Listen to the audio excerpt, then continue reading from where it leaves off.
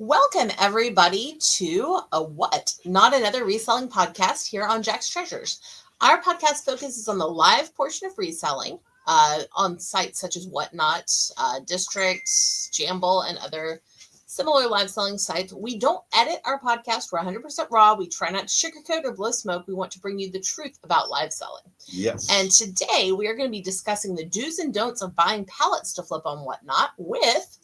We have one of the most amazing guests that you're going to ever see. Okay. I consider her my Wonder Woman. I have called her that from day one when I met her. We have Diana from A Perfect Price, who is, by the way, an established seller on Whatnot.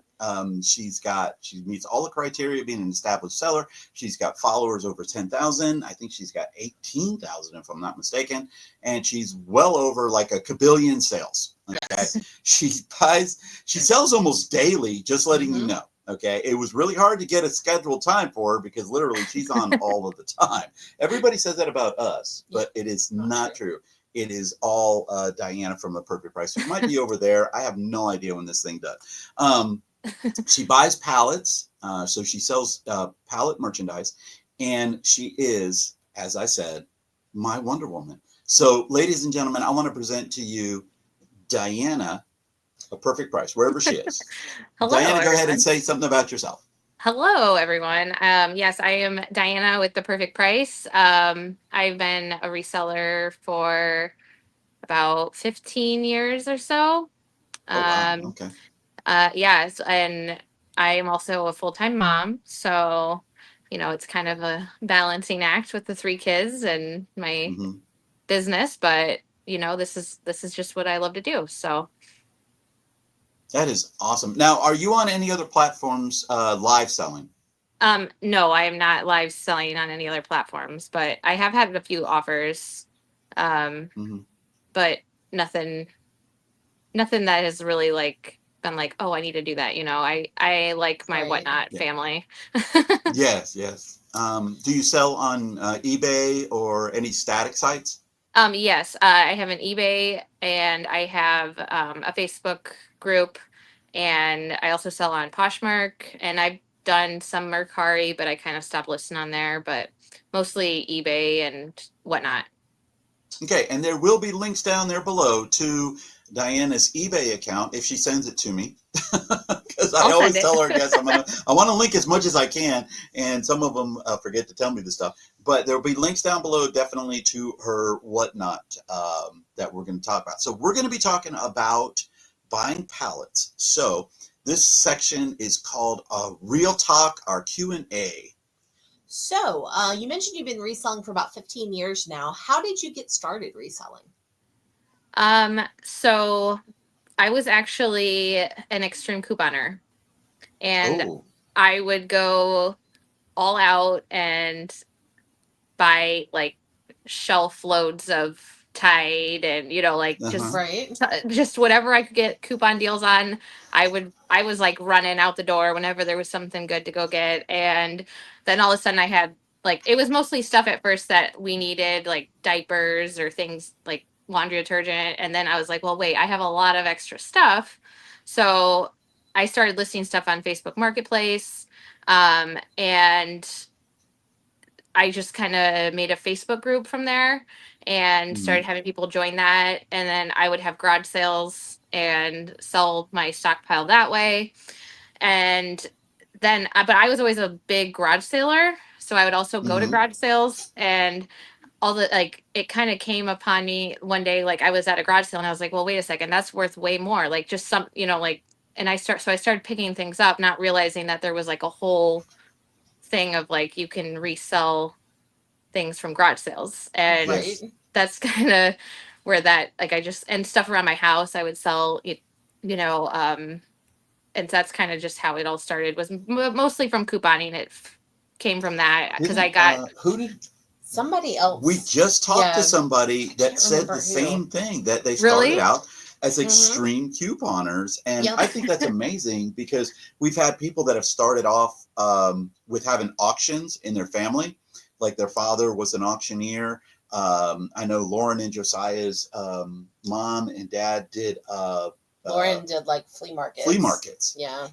With her parents. Yeah. So that's amazing. That is. I love that. So how did you move into live selling? What got you over onto Whatnot? So I actually applied to be on Whatnot like when it first came out, and I was approved.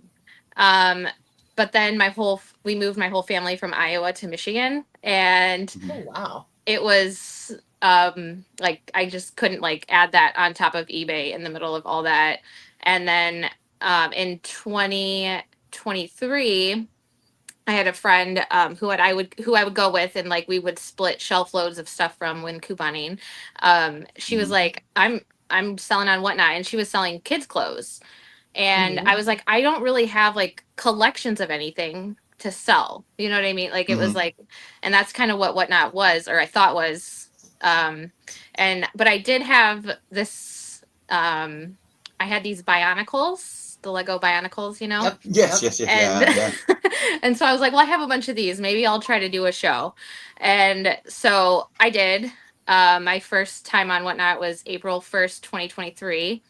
Oh, And wow. I had my daughter help me because I was like so nervous to be on camera. And we loaded up all these Bionicles, and I had people come in my show and they were bidding, but I had like set prices because I realized pretty quick that like people aren't going to bid on my first show. And so, Right. but they were bidding on them, and I was like, okay, that was actually kind of fun. But I was like, Matt, I don't really have collections of it because garage sales, I don't think was around at the time. Maybe, Yeah. maybe it was, and like it wasn't big. I'm The not category, sure. you mean? Yeah, the category. Yeah. So I actually bought a whole trunk load of kids' clothes, like used kids' clothes from somebody here local. And he would sell it off to me by the pound. And so I was constantly going to go buy whenever he would get stuff in, and I would sell them on Whatnot. And then I realized that I could sell pallets instead. And so it kind of just like evolved. Actually, Whatnot contacted me in 2023, in August of 2023, and they asked me if I could like help ramp up their beauty category. And I was like, Oh, well, wow. I already do sell on Whatnot, so sure, you know. And so so just kind of, so I did mostly beauty for a while there too. So I've kind of been all over a little bit with the categories on Whatnot, but I think I finally found what I enjoy and I can keep getting product for now. What category are you mostly in then? Deal hunting with Okay. pallets. Right. That is awesome right there. I love hearing And that. then one last part of this 3-part question that Brian gave me to ask I didn't give you a 3-part. There's like 2 parts. You made it a There's 3-part 3. question. Question, follow up. How did you come up with the name The Perfect Price? So when I started my Facebook group for the couponing, I was pregnant with my son, and me and my daughter, we would watch The Price is Right every Gotcha. morning. And so I was like, well, wait, I have the perfect prices, so let's do the perfect price. And so I kind of, and then also on Whatnot now, I have my tiers for like gold and bronze, you know, like I kind of made it so that way it's like game show names. Oh, that's awesome. Is one of them Plenco? No, I don't have Plinko, but that's a good one. We don't talk about Plinko right now. Oh, I crushed Tracy. I was on Joe. I'd flip that channel, YouTube channel, and this was last Thursday. Yeah. And he went live, and Tracy and I competed against each other. And one of the games was Plinko. And I scored like 12,050. 12,050. Wow. I scored 0. Tracy scored 0. All of my little chips went into the 0 slot. Went into the little 0. It's bad. Yes. Very bad. All right. So you mentioned that you do pallets. So what are the top 3 must-dos before purchasing any pallets for resale? What are the 3 things you got to do before you purchase any pallets? I would definitely make sure the place that you are buying pallets from is a true legit place, because there's a lot of scammers. And so you definitely, like, for me, I'd like to go to the place, and I would never send anybody any money or anything beforehand. Like, I would want to go there, see the product that I'm buying, and then pay for it. That would be like number one recommendation out of everything when buying a pallet. Just like never blindly send anybody any money, because there is so many scams going with pallet selling. And there's a lot of scams that I know in the group that I buy from, they will actually use their pictures and their address and everything. Wow. And it's like just completely insane to me that someone could do that. So, but but then also when I'm telling people, like, make sure, like, that's what I want people to know is make sure you're sending someone money to a legit person, like not someone overseas, or like, because that happens a lot. um Wow. I and I am for number two, like, back to going to the place, I like to see the palette before I buy it too. So that's important Okay. to me, Right. is like being able to be like, okay, this is how big it is, and this is what could be in here. Or like, I mostly buy the Amazon mystery box palettes, and I have no idea what's in them. I just know it's anything that could be from Amazon. So Hmm. that's um and same, like, but that's the thing, is like, you can go somewhere and maybe like learn the abbreviations, because the palette places will have abbreviations on different palettes. Hmm. So that's important to know. Most places will have like a key, so that way you can figure that out. And a third, for buying palettes, make sure you have enough room to put it all in, Yes, I can to Yeah. bring it imagine. home in like a truck or a van or whatever. Because I've definitely Yeah. been in that position where I have to go back a couple times, or have my husband stay there while we take a couple loads. Oh wow. Yeah, that was one of the things I was literally going to talk. I was going to ask you about specifically to this question, because we buy storage units, Yeah. and we have talked before. Diana and I have talked before about buying pallets, and I was like, man, I just don't have the space, because all of my space is with these storage unit stuff that we have. So Right. it's having that space. So I'm glad that you mentioned that. That was awesome. So how when you go and you view a palette, how do you decide if it's going to be a good fit for your whatnot sales or not? you that's hard, because it could not be. Just yesterday, I went on Friday, and I bought four mystery boxes, because I was already there picking up something else. And I opened two of them yesterday before the battle, thinking like, oh, maybe I'll find something else in here that I can put in the battle. Right. um there was definitely nothing I could put on whatnot. Oh, okay. um Okay. it This is was the X-rated portion of our show today, guys. Thank you for no, coming. no, no, it wasn't X-rated. It's just that they were all expired. Everything was expired. So Oh, I Yeah, can't. I got yes. you. And so, like, I could sell it as a collectible, but I mean, I don't really want to have to do that. So that Yeah. was that was kind of like a bummer, but that's why I also have my Facebook group where I can offload stuff like that. That is Now, awesome. she did mention a battle. We're going to talk about a bracket battle that Diana talked about. We're going to talk about what that was, because she did amazing on it yesterday.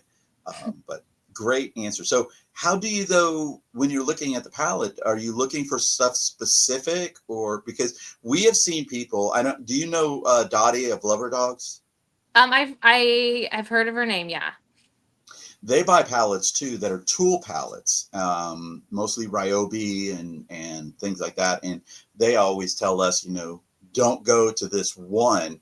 Like, don't buy a pallet if it's a Home Depot pallet, because those are things that have been returned and most of them are broken.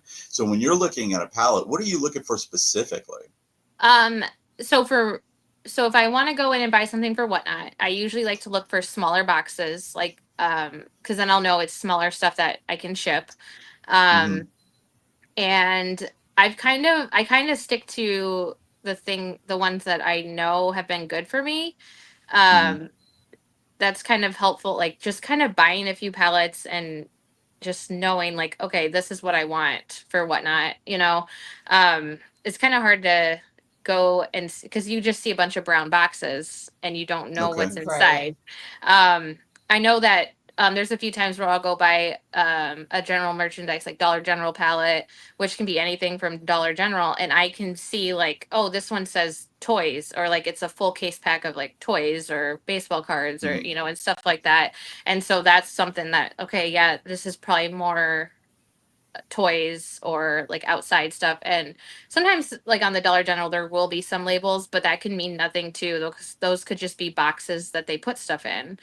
And Right. also talking with other pallet flippers and knowing what they got in their pallets or in the area. I do a lot of networking that way. And it kind of, because when they get a truckload in, there's seems to be a lot of similar or duplicate items, and so that's kind of helpful to know kind of what's coming in if someone else gets a pallet before me.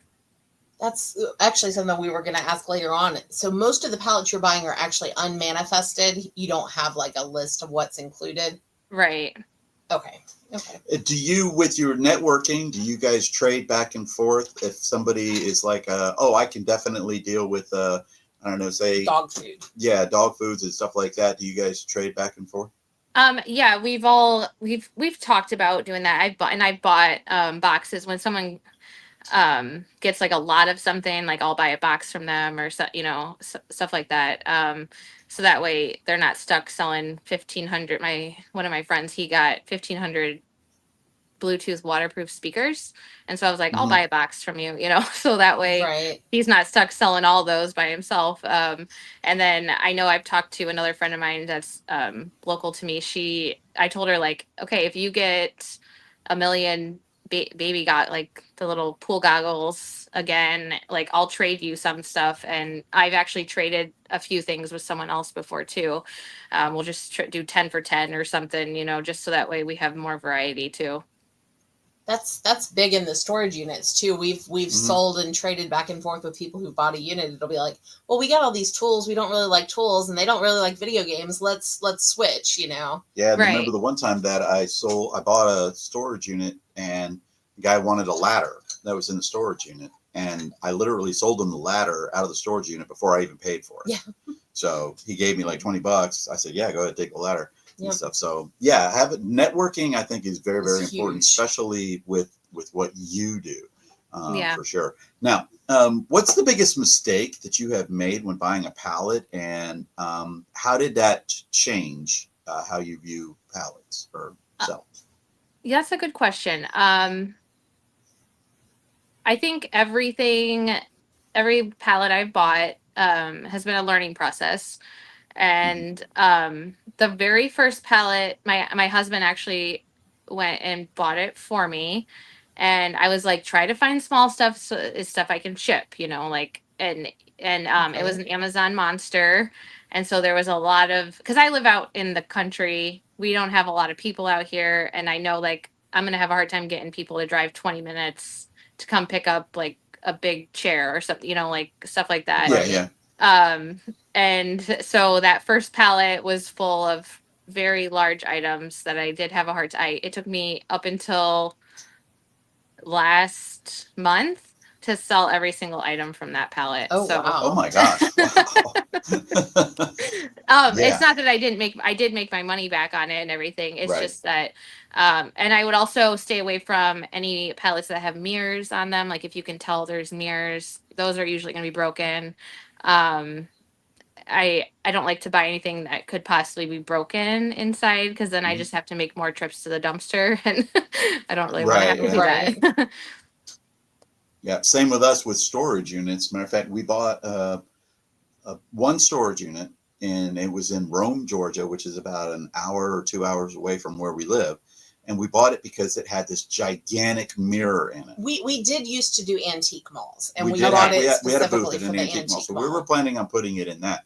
When we got there, this mirror the mirror wasn't broken, but it was damaged. There was some of the like the reflective part on the mirror was broken on the one side. It was peeling off.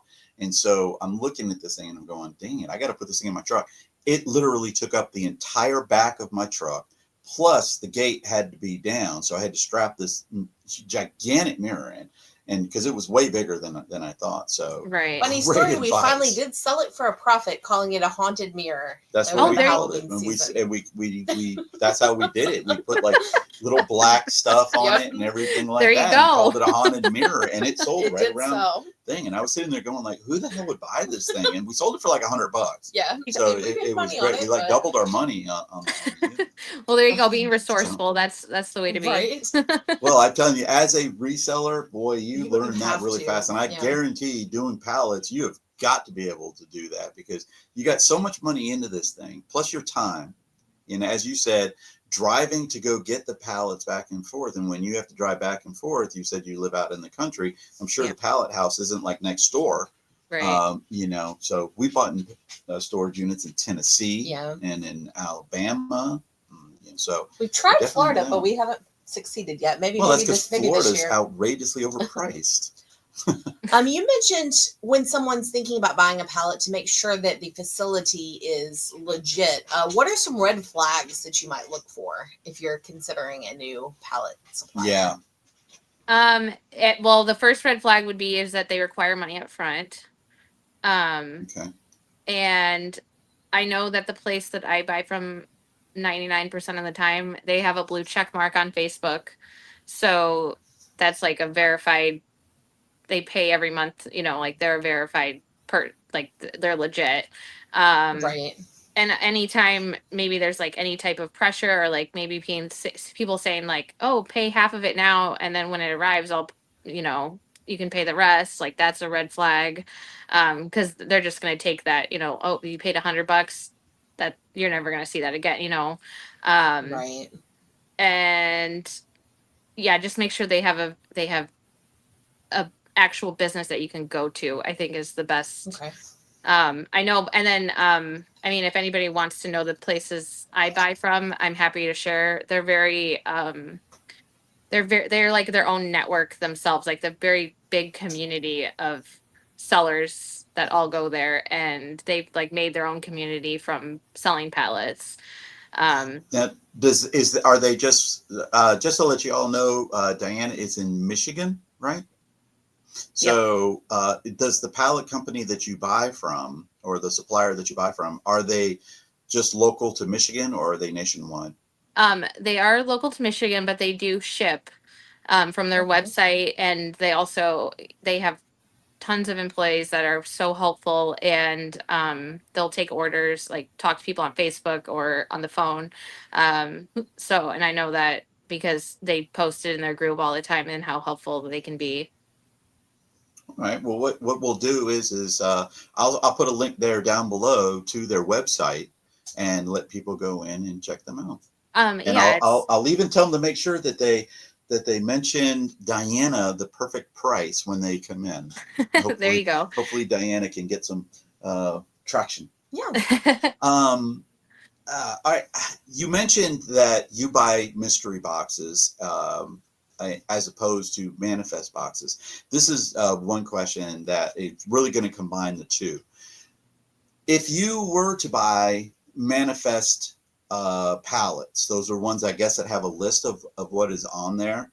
What would be some of the things that you would be looking for one of those if you had done that? So if I went and I saw like a manifest palette, I would probably look for either things that I know, like an upcoming show maybe that I'm gonna have, or if there's like a season, like if Christmas is coming up and it's like a bunch of Christmas stuff, I would probably want to go for something like that. But like I think my favorite thing to sell is still beauty, but I also like to have a variety of items. So like if there was like beauty products like lipsticks and stuff like that, or jewelry, or anything small and easy to ship is like kind of my go-to. I like to sell a variety of things, but those are like probably my top favorites. Is there a big difference on the price of like a mystery palette versus a manifest palette, which wasn't even one of our questions, but I thought of that. Yeah. So I have never bought a manifest palette. So every time I've gone in, I've only purchased ones that I have no idea what could be on it. And so I think that it would just depend on where it's from. I think I saw one place, it was another place that had a manifest, and I saw a bunch of Easter grass on the manifest, and I was like, Ugh, well, I don't want to end up with a bunch of Easter grass in my corner of my basement, so I think I'll pass on that, you know. But it was a Yeah. little cheaper than the general pallet, so. Now, are pallets, the price of the pallets set by the supplier, and does it go by size, or how does the pricing go on it? So the pricing, I think, for in general, it goes by how much they get the truckload for, because they Mhm. will purchase a truckload, and then, you know, they have to pay their employees to unload it and everything, and then hold it there like a storage space. So I think they, in general, they go off of how much they spent and how much they need to make. Okay. So hopefully they made a good buy. Right. Yeah. Hopefully they made a good buy. Yeah. And Um, they do say like buying pallets is a risk, you know, that, and it really is. Oh, It can be yeah. a big risk. Just oh like yeah, buying a storage storage unit's the same. unit. Yeah. How do you keep your emotions and your impulse buys out when you go to buy a pallet? If you see a pallet and all of a sudden it's like, whoa, this got video games, man, I gotta get that. But you That fail sounds to. just like you. Thank you. I love you too, baby. But you don't look at that little price one and you're like, well, that's the one that I came to get, but look at that. Wow. How do you Shiny. keep that out of check? So my general, when I go to the pallet place, I go in thinking I'm not buying anything today. I'm just gonna look around and see what comes to me. You know, like I kind of like feel around and I'll walk around. And I'll be like, and then I know, like, if anything, I'll just pick up a couple mystery boxes, you know. But generally, I think about like, okay, maybe I'll go get a pallet, maybe I'll go, because they are open certain times and days too. Like, I can't just go every day. So I'll Mm-hmm. like think about it. Sometimes I'll give myself a couple days and be like, okay, I'm gonna go get a full mystery box pallet if they look good, you know, or maybe I'll just grab a couple of them. And I kind of just go there open to whatever I see. Um, and I will also walk out of there with nothing sometimes too. Oh, being that's strong. I don't know if I could do that. That's one reason we haven't yet delved in. We know of a place that we've heard is very legit from, once again, our friend Dottie and Tracy. Yeah, And TJ. And TJ also goes there. Yeah. And we haven't stepped foot in there because I'm pretty sure we will walk out with at least one pallet because I know we're not very strong. No. And I have my truck, but my truck's not huge. So, and also the place that we're talking about is in Tennessee. And so it's like about a 2-hour drive for us, but we would definitely do that. You'd have to strap that down. I will say that there is times where I've gone in and I buy a couple mystery boxes and then I go out to my car and I open them and then I go back in and buy like 12 more. So that happens. What is an Amazon mystery box? Are those returns or shelf pulls? Or they're shelf pulls. Okay. No, she's got some of our stuff. Probably. we used to sell pretty actively on Amazon. We have actually pulled out of that at the moment just because of some problems with. It's because of Amazon. Yeah. I mean, we could The be gate. honest on here. Amazon's not going to come after us. They don't really want the small sellers like us. They on gated there us. Anymore. Now, we've been selling on Amazon for close to 20 years. Wow. And we were very active. We were sending in boxes. We were letting them fulfill it. And we never really had any huge issue with us sending in stuff that was bad or was just going to sit on their shelves and never sell. But all of a sudden they start gating us and they say, oh, you can't sell Sharpie products. Well, F you Sharpie, by the way. Right. Okay. Because you don't want us to make money on your products. And those were some of our top products that we sold, was like Sharpie and Papermate and Mead and things like that. And what was the cosmetic ones that we Julep still Cosmetics. Get these things back? That was bad. Yeah. That's like I want to say that's kind of like an Avon type thing. And they shut that one down. And it became very hard for a small seller to succeed on Amazon. What they want is like what they would call a legit business, right? As their ones that have their licenses, that get invoices, that are sending in case packs rather than I'm sending in 10 of this one, 3 of this one, 2 of that one. Yeah. Yeah, they So want Nike to Amazon only sell sucks. Nike. Sorry, not editing that one out there, Amazon. At least I get the good stuff from the mystery boxes that come, though. Right, That's a right. positive. Yeah, that's awesome. So when you purchase a pallet and you bring it home, what type of prep work do you have to do before you take those products live? So actually recently it's been working out for me to just open the boxes live and just start Oh, selling fun. right out of the box. And it's kind Mhm. of like it's a live unboxing and we all get to find out what's inside together. And I actually really enjoy that too. I kind of like to not know what's in there. Unless I like yesterday I did have to open the box, when I was before I was going live because I was like, what else can I put out there? Right. Yeah. We were the same way. We were gathering up stuff just today, trying Yeah. to. When you do fill out your our live show. unboxing, what do you do? Do you have certain start prices that are already in? I would guess it's a random pull. And do Yeah. you have them at different prices?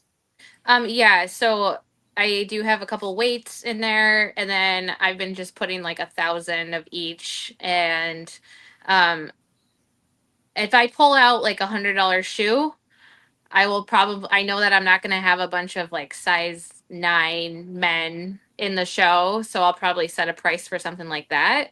But Mhm. generally, everything else, I'll run it. If people bid it up, I'll run another one if there's multiple. If there's not a bit more bids, I'll probably just be like, okay, well, no one else wants this, so I'm not going to keep trying to sell it, that kind of thing. That's Right. actually what I was going to ask you, how you handle it if you're pulling out like Tupperware, and then all of a sudden iPhone 16. It's like, whoops. Yeah. That does actually just a couple weeks ago I opened up a box live and there was Apple AirPods in there and Wow. I was like, well, I actually need these. I'm sorry, I'm not going to sell them. I've been wanting a pair.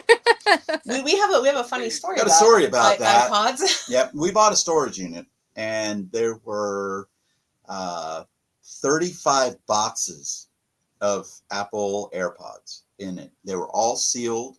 They were all Apple. They all had codes, everything on this. We took them to Apple because first thing that we need to do is make sure these things are legit.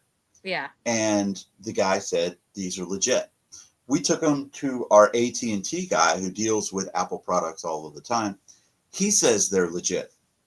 So I'm like, okay, but before we sell any of these, because we're talking about close to $8,000 to $9,000 we could have got for these things. This was a few years ago. Yeah, a few The years prices ago. were through the I roof. said, let's go ahead and put, I want a pair. So I put them in my ear, and the very first thing this thing says when I put it in my ear, these are not authentic Apple Air products. Because we had an iPhone, so We had it an connected iPhone. to it, and Yeah. it identified that they were fake. So we yeah. had to do away with 35 pairs of fake AirPods. That were all in the box. All of our friends Oh my got, gosh. fake AirPods that were not very good, by the way. Yeah, they weren't. Oh, they They weren't? were horrible. That's what I was going going to ask. Like, were they at least working okay? No, not well. No, not at all. Not But at all. they sure looked good. That's they absolutely crazy. did look good. Yeah. That's crazy that they would say they were real. Wow.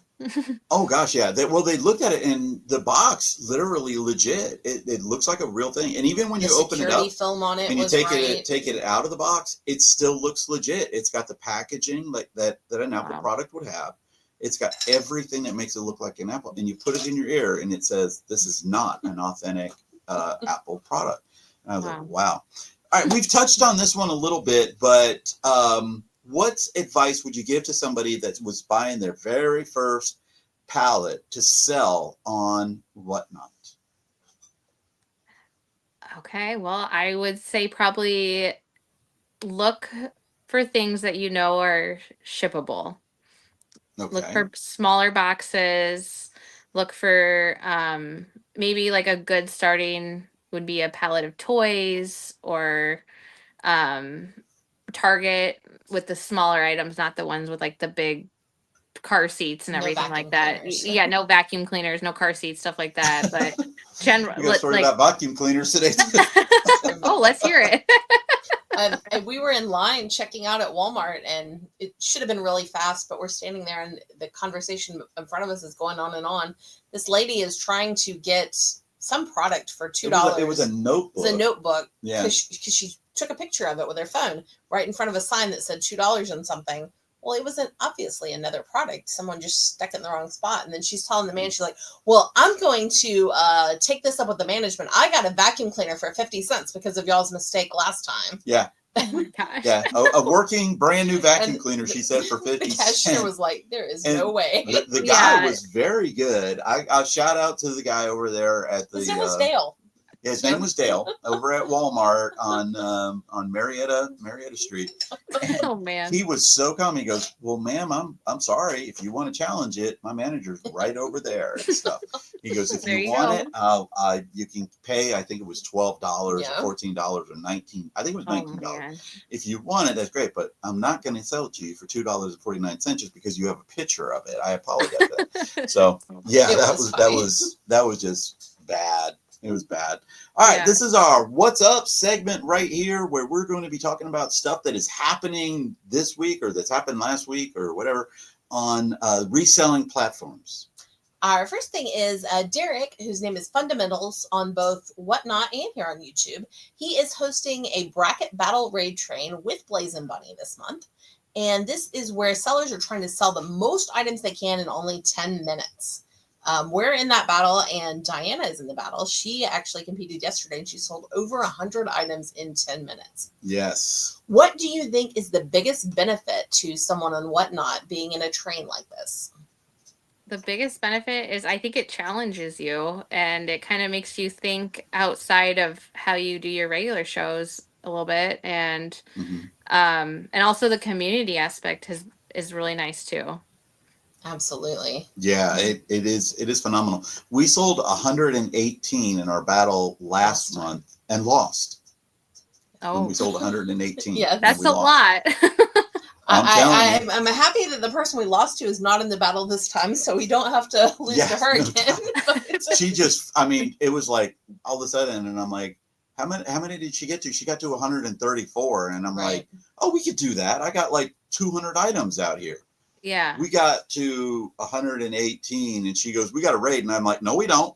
It's like, yes, we do. Yeah. It was so funny last night. And guys, if you haven't watched this, this is going to be coming out on Sunday. So round 2 is going to be happening this week. Hopefully we're both in it, but yeah, we battle tonight. We're actually recording this on a Tuesday and we're battling tonight and doing ours. And hopefully, fingers crossed, that we can surpass our number that we did last time.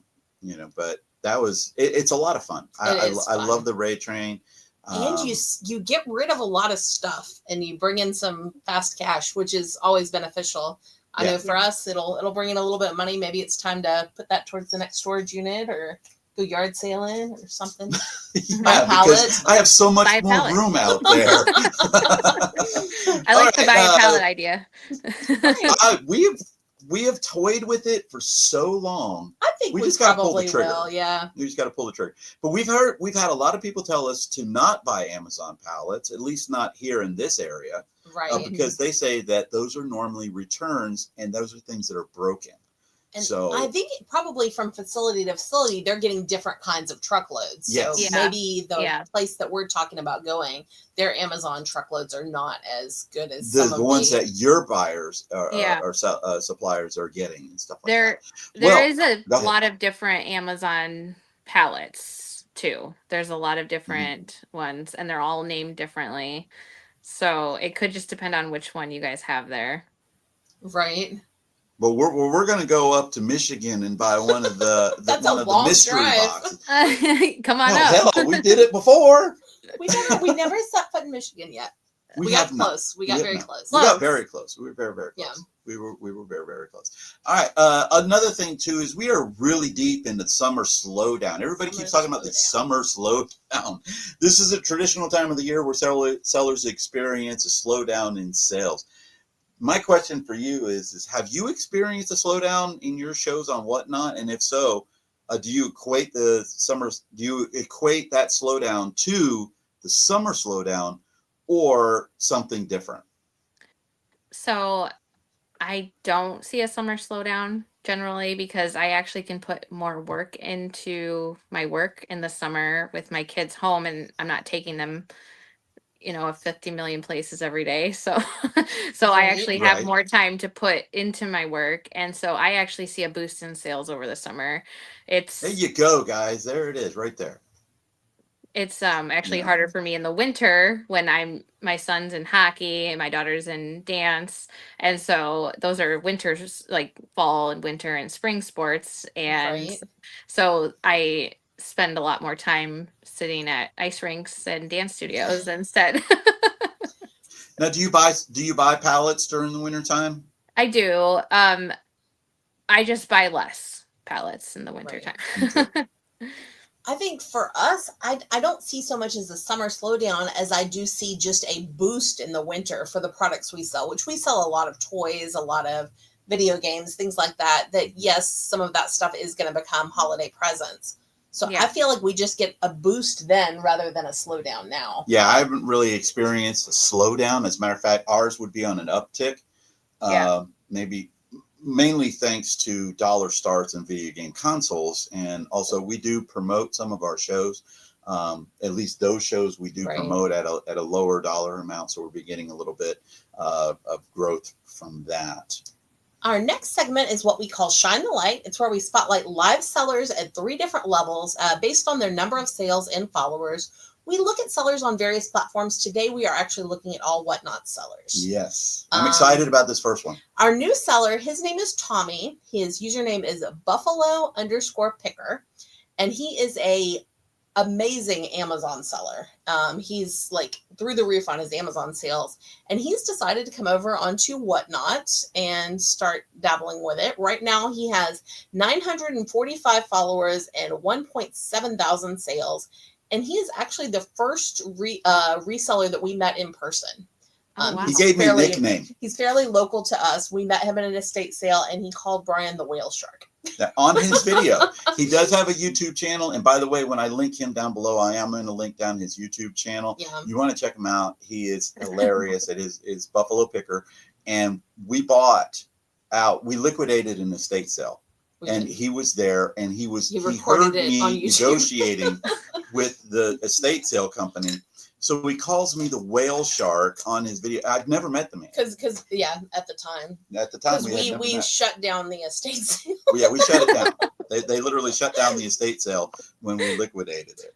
But he's super awesome guy. I actually look forward to meeting up with him soon because he's only about an hour and a half away from us. Yeah. And what suggestion would you give someone kind of at that new but not brand new stage to help him get more of a following on Whatnot? So when you're new on Whatnot, to try to start making some connections with some other sellers, people that you enjoy going into their shows and talking with, not just and see who kind of comes and shows up for you too, and just kind of go from that and start making your own little community. Who would you recommend? I'm curious. I'm putting her on the spot now. For like, what do you mean to go? What established sellers do you think a new seller should connect with? Taco Joe and Homeschool Mama, they know everybody on Whatnot. They do know everybody. They do. It's insane.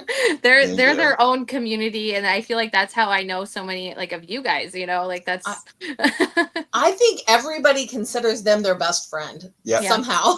Yep. Well, I'm also Taco Joe's father. You are. I don't know how that happened. Yeah. It's tough, but yes. Our next seller is Luna of Luna Loots. She sells on Whatnot with 4.4 thousand sales, which is amazing, and 8,000 followers. She sells mostly in storage units, garage sales, and estate sales, meaning you can expect to see anything in her shows. We've done a lot of raid trains with her. We have. Yeah. We have. How important do you think a category is when you're looking at pallets to purchase? So I generally just go live in the deal hunting because I do low starts and just kind of hope that there's someone that wants the stuff I'm pulling out. Sticking her paw in the door. And I'm kind of assuming that's maybe that's the way she's doing it too with storage units. Kind of can be garage sales, storage units, and deal hunting. Those kind of all go estate. It could go the same way as long as you just go on and show up. So yeah. Right. Yeah, definitely going on and being consistent is super important in anything, including, static selling. Mm-hmm. And our established seller this week is Noah, Noah Baller 1984. He sells on Whatnot with 35,400 sales, and he has 49,700 followers. He is a storage unit buyer, estate sale liquidator, and buys at local auctions. And we have seen him to be a very big supporter of smaller sellers, such as us. We're very lucky about that. Yeah. But he's one of what I would call the OGs in the storage unit category. Yeah, definitely someone to check out if you're interested in selling storage units. Mm-hmm. Have you ever purchased a storage unit by chance? No, I have not. I have only picked from storage units before. Uh-huh. But no, I've never. I mean, it would be something I might be interested in though, because I like to flip things, so might Right. might think about it Yeah. someday. It's kind of like pallets, except you might stumble upon a dead rat or some old meat. That's how I look at it. No. And the X-rated part too. And yes, we got to there talk is a about lot the of- triple X lot of part that X-rated you're going to things in find. storage You're going to find units. that in a storage unit. You can find those in pallets too. That's Oh, really? Actually, you guys had Hanger last week, Diana. We did. She's the one, one day I did the live unboxing, and Homeschool Mhm. Mama, she tagged Hanger because I was opening up some pretty Okay. interesting things. And Hanger was the one to get it. So there you go.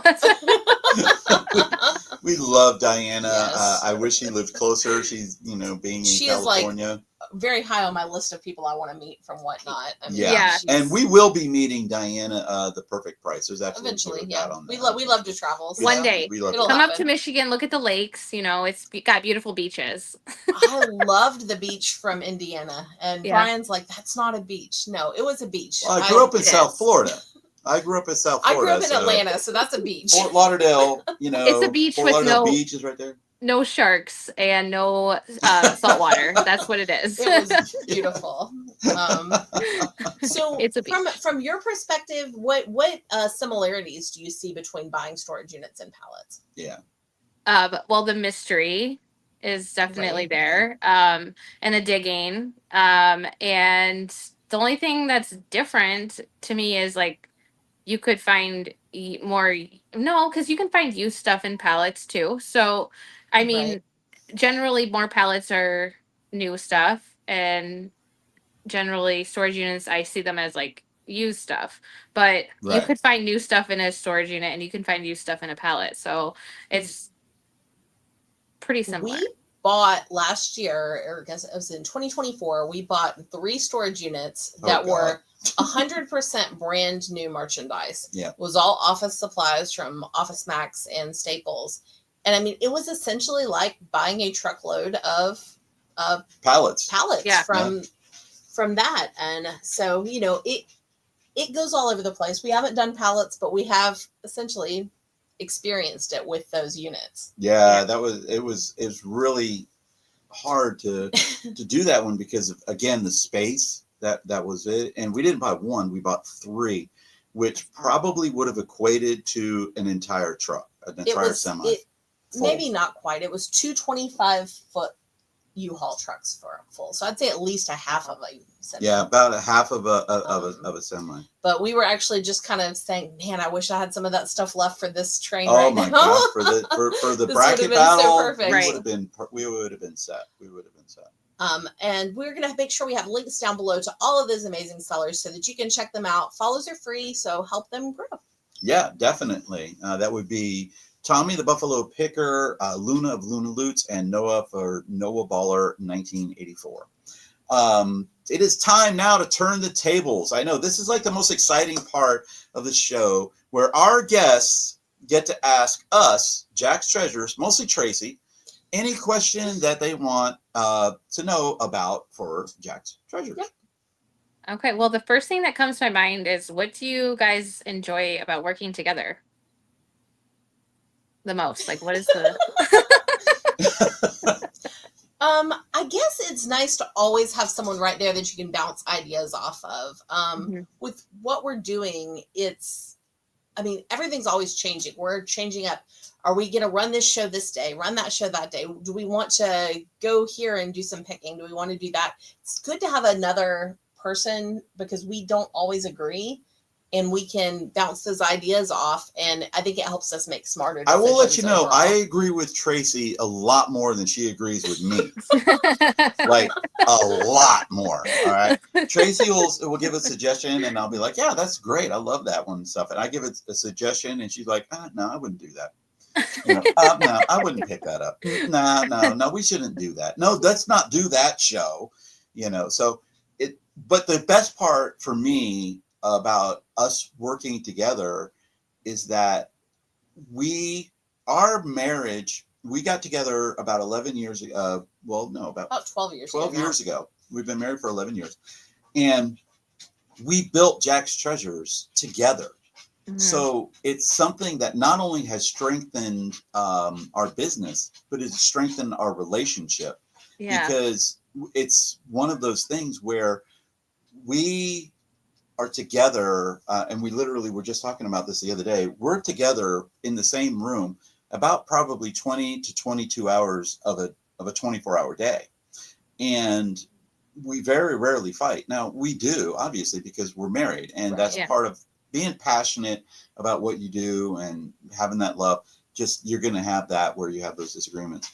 But because I work with my best friend, I work with the love of my life, I work with the person that I consider to be a better picker than me. Okay, flattery is going to get you everywhere. I hope so. But it's just one of those things where she keeps me in check, because if it wasn't for her, we would not be doing this right now, because I would have already bankrupted us 10 times over. I would have bought in about 900 pallets, 500 storage units, and things like that. Because I know when I hear her say these words, I have a feeling I'm buying a storage unit and I'm going to make money on this storage unit, because none of her feelings so far have ever steered us wrong.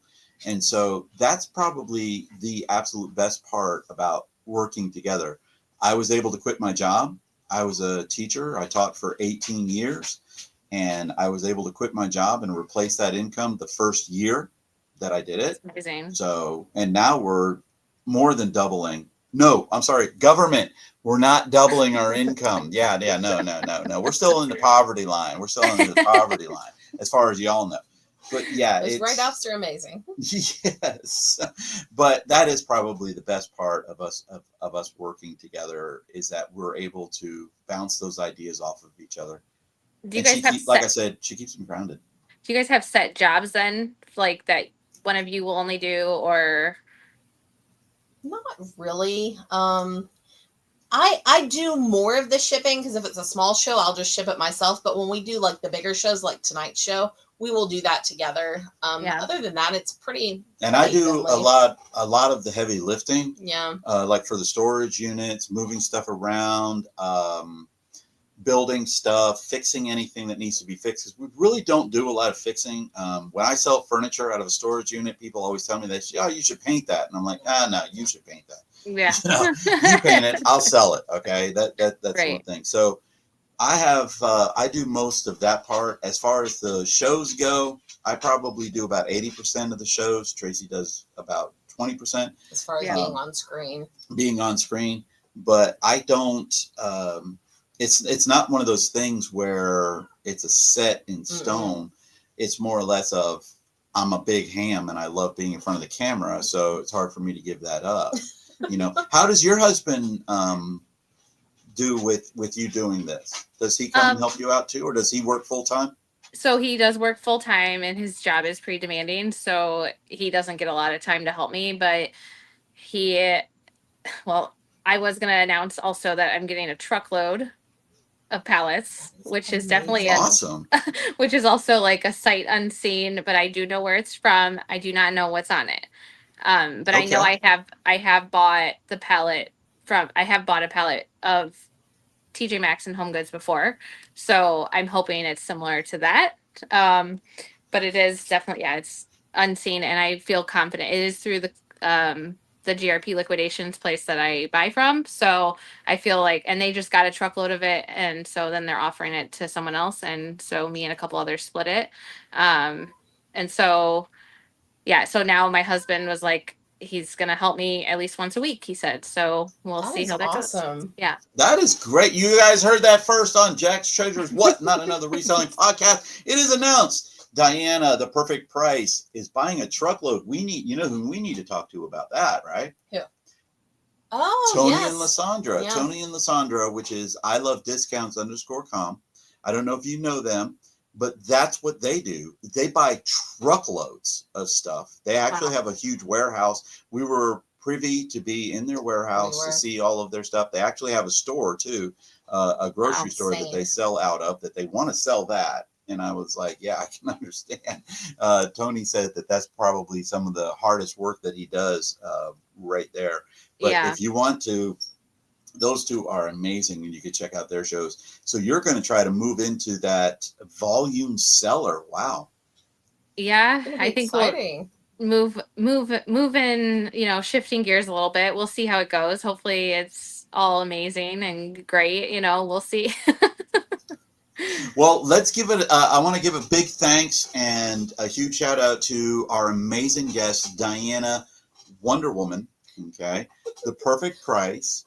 She is, if you want to find out about pallets, I would just want to tell you, you can go in her show and you can ask her in the chat, and she will literally talk to you in the chat. Yeah. She has talked to me in the chat about it. We just haven't pulled the trigger on it yet because of space and other considerations. But her knowledge of that is undoubtedly essential if you are buying pallets to talk to her. Our guest next week is somebody that I'm pretty sure Diana is very well aware of. Their names are Rosie and Jess from Rosie and Jess, where we're going to be talking about having a mother-daughter team to work together to do that, and how life can definitely take you down a peg, but you stay 100% positive the whole time. And so we're going to talk about how life challenges have come up and some of those things. So we have one final question for you before we let you go. Oh, the best question of all. And you told us a little bit already, but what does the future hold for the perfect price?